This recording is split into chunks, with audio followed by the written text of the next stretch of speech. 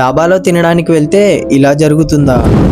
సోము అయితే అర్ధరాత్రి రోడ్ పైన వెళ్తున్నాడు. అంతలోనే తనకు ఆకలి వేయడంతో పక్కనే ఉన్న హోటల్ డాబాకైతే వచ్చాడు. అక్కడికి వెళ్ళి చూస్తే చాలా ఘనంగా ఆ హోటల్ అయితే ఉంది. దాంతో లోపలికి వెళ్ళేసి అక్కడ ఉన్న ముసలాయన్ని ఒక ప్లేట్ మీల్స్ అయితే అడిగాడు.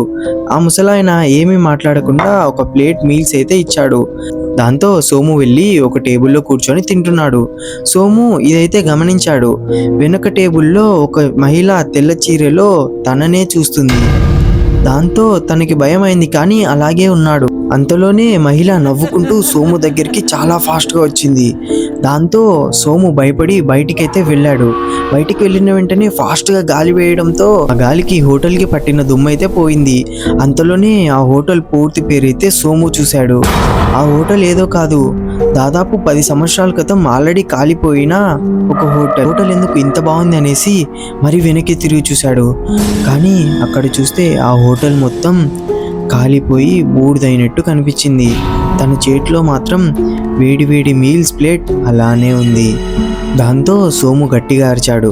మార్నింగ్ పోలీసులు ఆ స్పాట్కి వచ్చిన వెంటనే వాళ్లకు ఒక ప్లేట్ దొరికింది. ఆ ప్లేట్ మీద రాహుల్ ఫుట్ ప్రింట్స్ ఉన్నాయి, కానీ రాహుల్ మాత్రం కనిపించలేదు.